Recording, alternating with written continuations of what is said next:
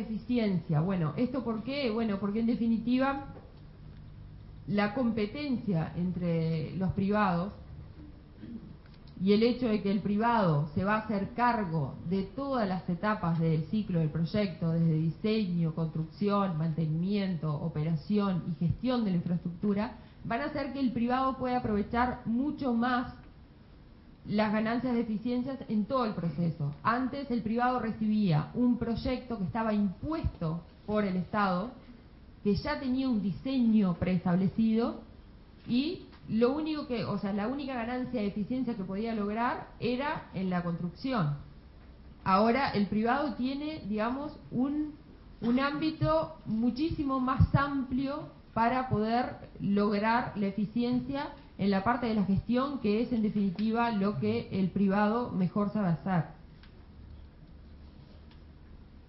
Mejora en la calidad ofrecida al usuario.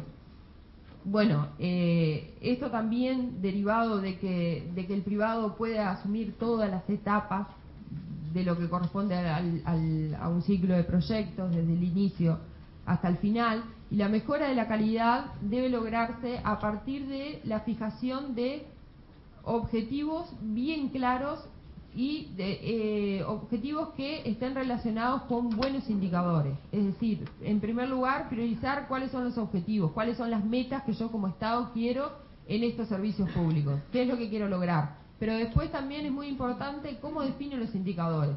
Si yo tengo unos buenos objetivos, o sea, los objetivos los tengo claramente definidos, y por otro lado tengo indicadores que me permiten medir eficientemente cómo es la gestión del sector privado para asegurar esa calidad de infraestructura, en definitiva yo voy a estar logrando un beneficio muy importante para el usuario. Mejora presupuestaria para el Estado. Bueno, esto es uno de los principales beneficios.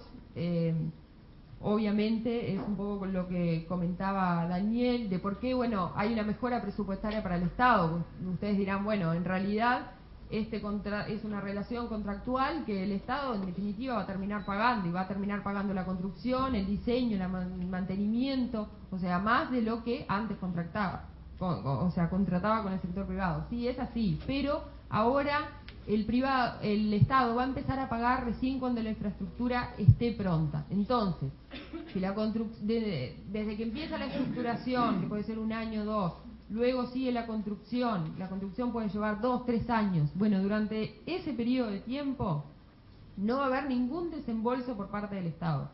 Y eso es una mejora presupuestaria porque le va a permitir, digamos, por un lado, mejorar su presupuesto y por otro lado también asignar esos fondos a otras prioridades que pueda tener en el corto plazo.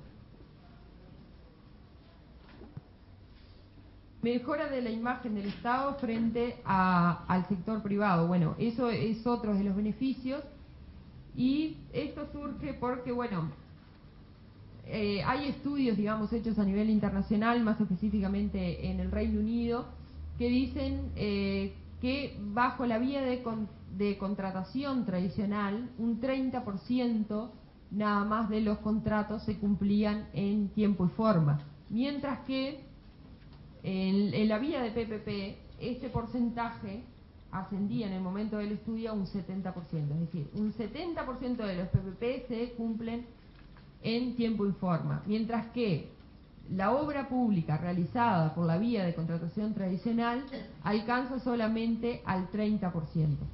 Pero lo más interesante de este estudio, que años más tarde, haciendo el mismo estudio, se constata que ese 30%, una vez que las PPP, digamos, empezaron a tener un rol más preponderante, lo que ocurre es que ese 70% pasa al 85%, es decir, un 85% de los contratos se cumplen en tiempo y forma.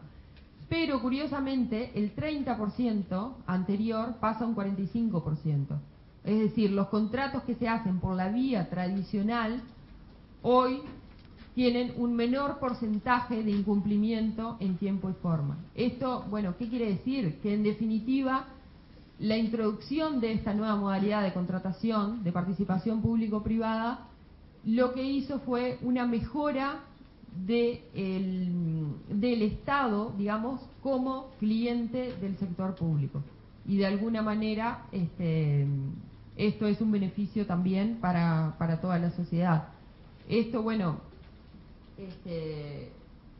porque ocurre, bueno, en definitiva por las renegociaciones que yo decía, las PPP se gestan por los sobrecostos que los gobiernos de los distintos países han tenido que afrontar por la vía clásica de contratación.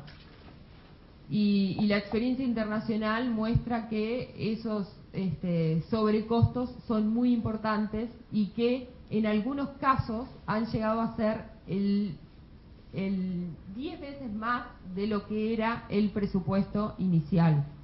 Y esto no se trata no depende de si se trata de países desarrollados o países en desarrollo. Esto es un fenómeno generalizado que se ha constatado en todo el mundo y que en definitiva deja de manifiesto que el sector privado se ha transformado en un experto para lograr renegociaciones con el sector público y obtener beneficios extras, digamos, respecto a lo que originalmente se había pactado.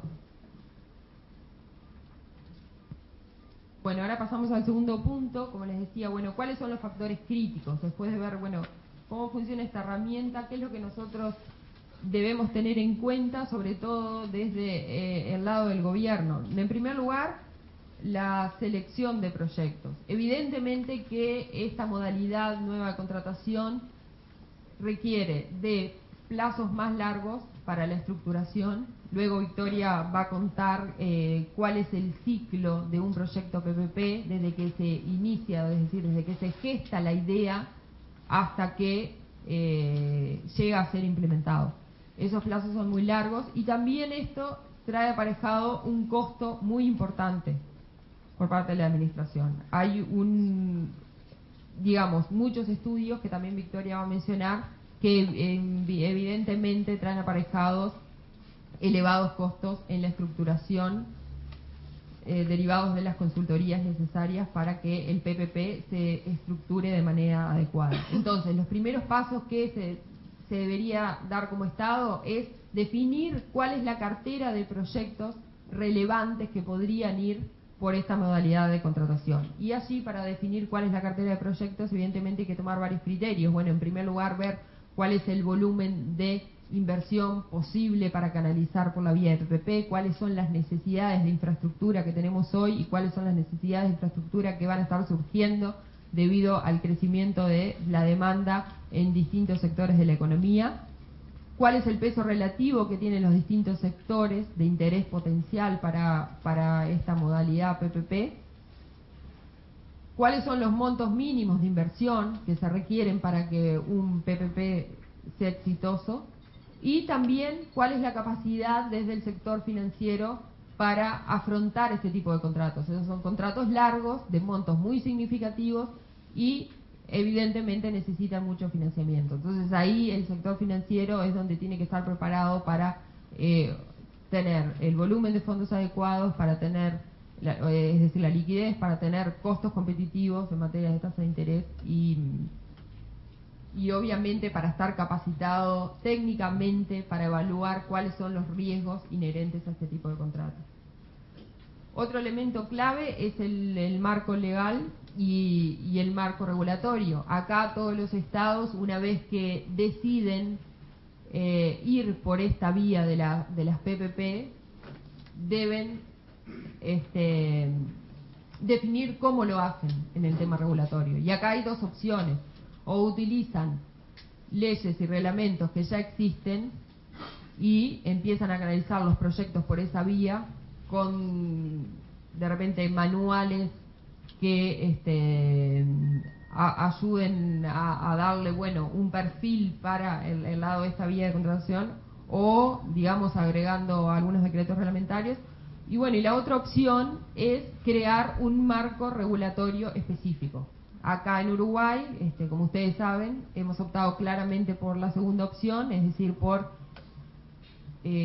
diseñar, digamos, y crear un marco jurídico que sea específicamente para el desarrollo de esta nueva modalidad. Eso es lo que va a estar comentando Adrián, así que no me detengo.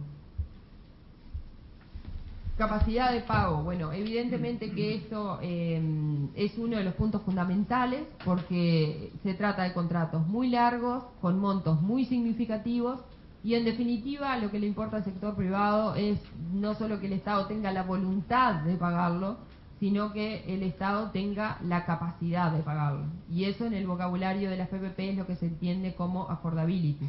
En definitiva, el Estado lo que tiene que hacer es convencer al sector privado de que tiene los recursos para hacerlo, de que tiene una mirada de largo plazo, de que tiene un tratamiento presupuestal adecuado y además de que anualmente se hace un análisis riguroso de lo que sería el gasto anual. Como yo decía, bueno, no es la voluntad sino la capacidad, y también demostrar, digamos, a ciencia cierta de que realmente se va a poder hacer frente a todas las obligaciones, no solo hoy ni dentro de 5 años, sino dentro de 20 años.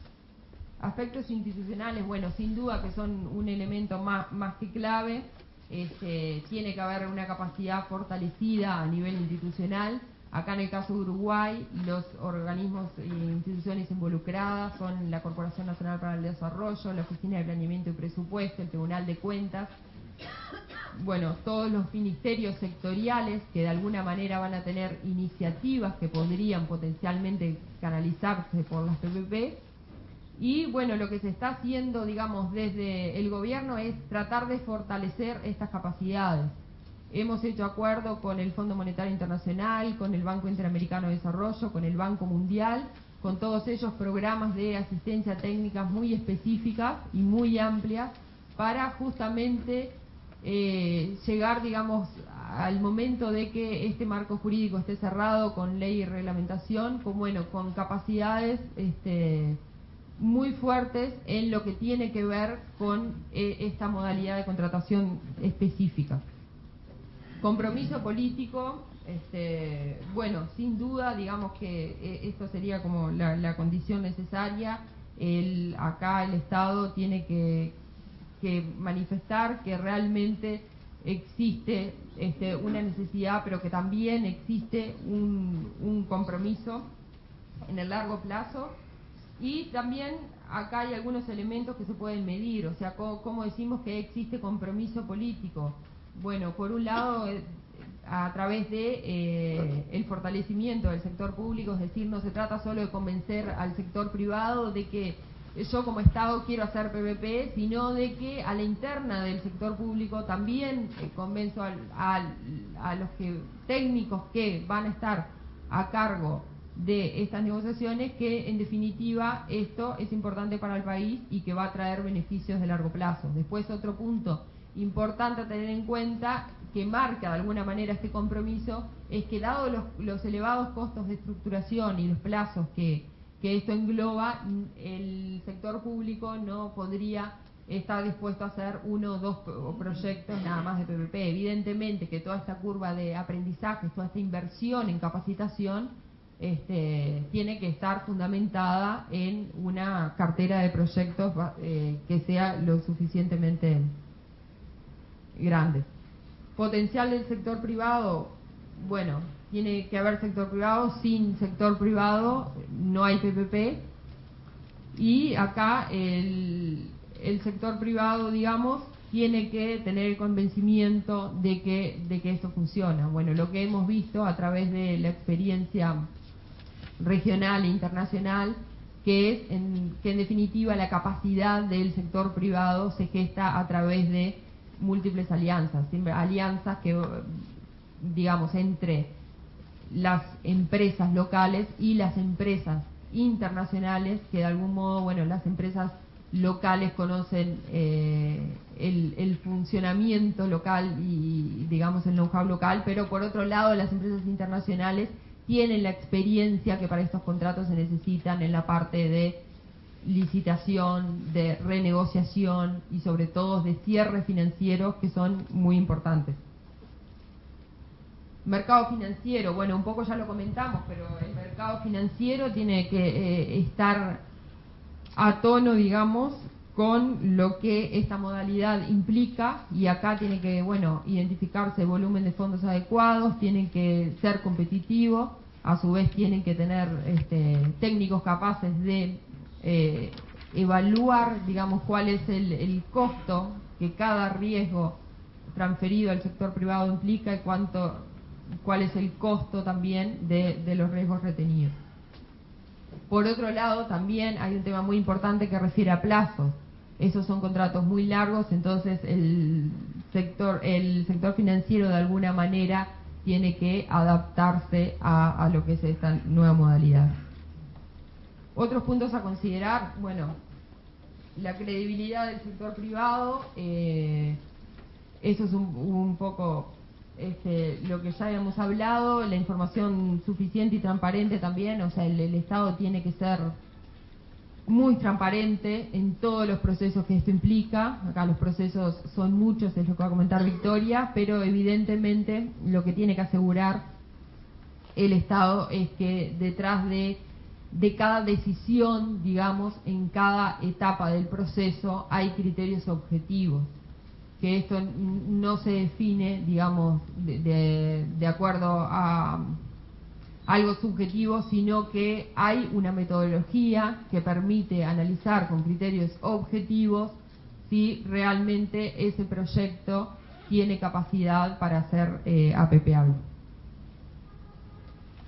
Metodología estandarizada, bueno, esto es también, las metodologías tienen que estar a disposición de todos, tienen que brindar, digamos, la información para todos, y cada proyecto PPP evidentemente que no se puede hacer con la metodología que cada uno considere más conveniente, porque entonces tendríamos 10 proyectos, con cada uno estudia la factibilidad de acuerdo a cómo le parece que es la mejor forma, y en realidad eso no da garantías ni para el sector privado, ni para el sector público, ni para el sector financiero. Montos mínimos de inversión, bueno, esto es algo muy importante porque dados los costos elevados en la fase de estructuración, no todos los proyectos que a priori pensamos que pueden ser APPables después realmente llegan a serlo. Entonces hay que tener muy claro que ir por esta vía lleva más tiempo y que además los costos son bastante más elevados. No hay un monto mínimo que se pueda decir que es un monto exacto mínimo de inversión, pero sí lo que sabemos es que hay claras economías de escala, y que, bueno, a nivel de la experiencia de América Latina, el costo de estructuración de un proyecto estaría en el orden del 2% de la inversión total. Es decir, un proyecto de 100 millones de dólares tendría asociado un costo de 2 millones de dólares.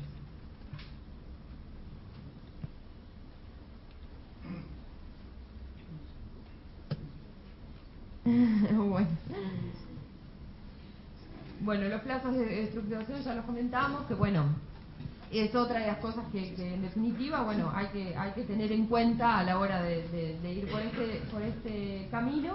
Y algo muy importante a considerar son la fijación de topes de PPP. Entonces, bueno, ¿qué son los topes de PPP? Hay muchos países que, digamos, con el objetivo de asegurar una responsabilidad fiscal a largo plazo, lo que han hecho es fijar, digamos, un tope a los pagos anuales que se harían como desembolso por parte de las PPP en función de los gastos corrientes o de los ingresos tributarios. Acá en Uruguay, eso quizás lo va a comentar Adrián después, pero hemos optado por fijar un tope de los pagos anuales que es del 0,5% del Producto Bruto Interno del año anterior. Es decir, lo que busca esto es que la concentración de pagos sea adecuada, que yo no pueda hacer muchos proyectos, digamos, con un corto plazo y que llegue a determinado año donde no pueda hacer frente, digamos, a esos pagos. Entonces siempre va a estar cada año medido con respecto al PBI del año anterior. Y también otro tope que se suele utilizar es el stock de deuda pública asociada con PPP, es decir, todo lo que yo voy a pagar de aquí a 30 años en adelante por concepto de todos los PPP que estoy haciendo, llevados a valor actual al momento de hoy, no van a ser nunca superiores, porque así la ley lo explicita, superiores al 7% del Producto Bruto Interno del año anterior. Esto es, de alguna forma, una garantía para no transferir en exceso un costo a las generaciones futuras. Bueno, y el último punto, rápido. El último punto es lo que, bueno, en definitiva, ¿cuál es el rol del Ministerio de Economía y Finanzas en todo este proceso? Bueno, en primer término, nosotros, bueno, tuvimos responsabilidad compartida, bueno, con el estudio de Rueda y Pereira, también, bueno, con la CND, con la Oficina de Planeamiento y Presupuesto, en lo que tiene que ver con la redacción de la ley, y bueno, y hoy en día se está redactando lo que es el decreto reglamentario. Evidentemente, bueno, ahí el Ministerio de Economía y Finanzas es el que tiene el deber de establecer los principales lineamientos. Luego, participación en todas las etapas relevantes de la estructuración de un proyecto. Eso ahora lo va a comentar Victoria, todas las etapas que debería transitar un proyecto PPP antes de llegar a ser implementado. Y el Ministerio de Economía y Finanzas va a estar presente en todas las etapas relevantes con el objetivo de revisar y validar que, bueno, justamente esto siga las metodologías previamente establecidas y que esto se haga con la transparencia que requiere el proceso. Responsabilidad fiscal, por supuesto, en esto tenemos la ayuda de los topes, tanto el tope de pagos anuales como el tope de deuda, y en definitiva lo que se estará viendo, bueno, desde el Ministerio de Economía y Finanzas es quién es la administración contratante que tiene la iniciativa, que esto puede ser un ministerio sectorial, puede ser una intendencia, un organismo descentralizado, un ente autónomo, y lo que allí va a haber que ver es, digamos, cómo esto va a ser consistente con el plan de gobierno, cómo va a ser consistente con las inversiones que están previstas, con el presupuesto quinquenal y con el programa macro de inversión que el Ministerio tiene en infraestructura. Transparencia ya lo comenté, y bueno, y tiene un rol muy específico en la parte de mecanismos de control y seguimiento eficientes. El control y el seguimiento va a estar a cargo de la administración contratante, es decir, de quien tiene la iniciativa, de quien firma el contrato con el privado, pero el rol del Ministerio de Economía y Finanzas es acá verificar que este control y seguimiento realmente se lleve adelante de manera eficiente. Entonces acá hay varios mecanismos que le da la ley, donde el Ministerio de Economía y Finanzas puede recurrir a auditorías externas, va a estar solicitando semestralmente informes, todo con el objetivo de que ese control y seguimiento, digamos, se haga de la manera que entendemos es necesaria para el proceso. Bueno, nada más. Muchas gracias a todos.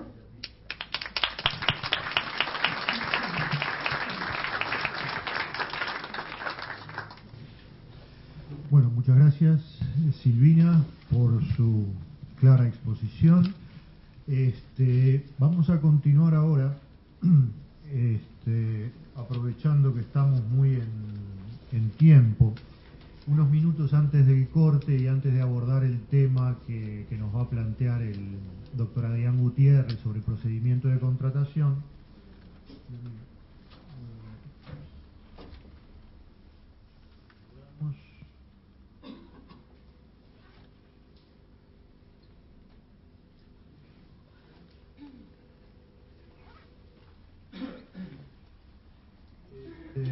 Bien, antes entonces de darle la palabra al doctor Gutiérrez, quería plantear algunos conceptos fundamentales para que sea más fácil acompañar lo que es el procedimiento de contratación tal como está regulado en la ley. Voy a omitir el tema de elementos claves y condiciones necesarias, que ya fue explicitado muy bien por Silvina, y quería comentarles algunos temas generales. Está claro que esta ley es una herramienta es, diría yo, un punto de inicio para un camino y una construcción de capacidades que va a llevar un tiempo prolongado.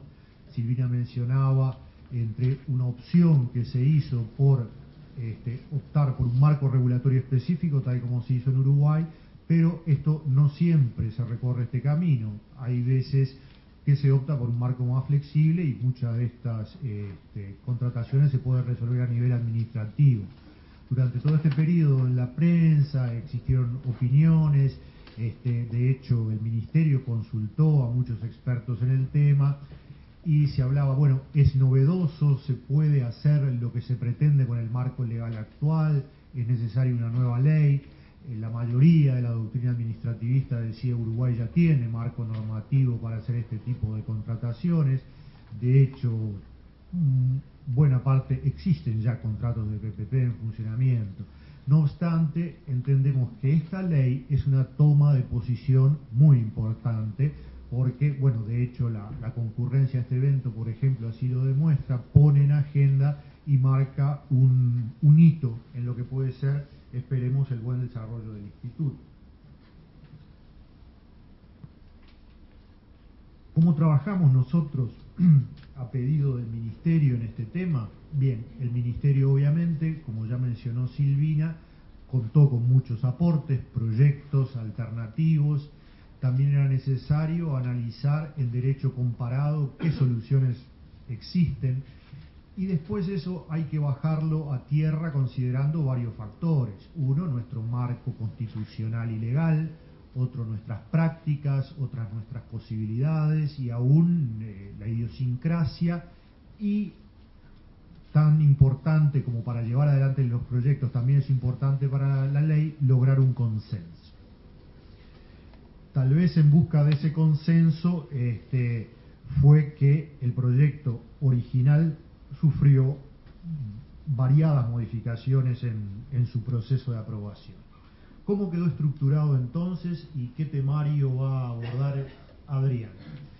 Las disposiciones generales establecen qué tipo de contratos se pueden realizar. Marco institucional distribuye roles de los actores. En los siguientes artículos, que del capítulo 3 aproximadamente hasta el capítulo 11, va a comentarnos el doctor Gutiérrez el procedimiento. Hay un capítulo 12 que es garantías en beneficio de acreedores. Este es un capítulo muy importante, sobre todo que interesa a aquellos agentes que están llamados a financiar este tipo de proyectos, porque es el que consagra garantías específicas, además de dar un marco muy amplio permitiendo la utilización de cualquier tipo de garantía. Consagra una garantía específica nueva que es la prenda del proyecto como un todo, con las complejidades jurídicas que eso tendrá a la hora de enfrentar y resolver los acuerdos contractuales. En las disposiciones finales se incluyen las mencionadas por Silvina normas presupuestarias como tope máximo de deuda pública y de pagos anuales a contratistas. También se declaran de utilidad pública las expropiaciones. Bien, entonces, un primer punto de cómo quedó en definitiva el proyecto. Se pueden realizar bajo esta modalidad obras de infraestructura específicamente en estos sectores. Esto es un cambio. Originalmente, y la mayoría de estos proyectos apuntan a obras de infraestructuras mencionándolas en forma genérica. Esto es el resultado de elaborar consensos y establecer puntualmente qué obras se pueden hacer y qué obras quedan excluidas. Aquí vemos entonces que el sistema de contratación se puede aplicar a obras viales, ferroviarias, portuarias y aeroportuarias, infraestructura energética, disposición y tratamiento de residuos, infraestructura social, dentro de la cual se incluyen cárceles, centros de educación y de salud, viviendas de interés social, complejos deportivos y obras de mejoramiento y equipamiento urbano. También se pueden ser utilizadas para proyectos de colonización de tierras. Esto fue un cambio en la idea original, pero es importante tener presente que uno de los criterios rectores en este tema debe ser la flexibilidad. Entonces nada impediría en el futuro, si esto se hace necesario, introducir ajustes o modificaciones a la ley que habiliten otro tipo de actividad. ¿Hay alguna limitación adicional que va en esta misma línea de crear el consenso, donde específicamente se limita y se dice, bueno, tratándose de centros de educación, la actividad educativa no puede ser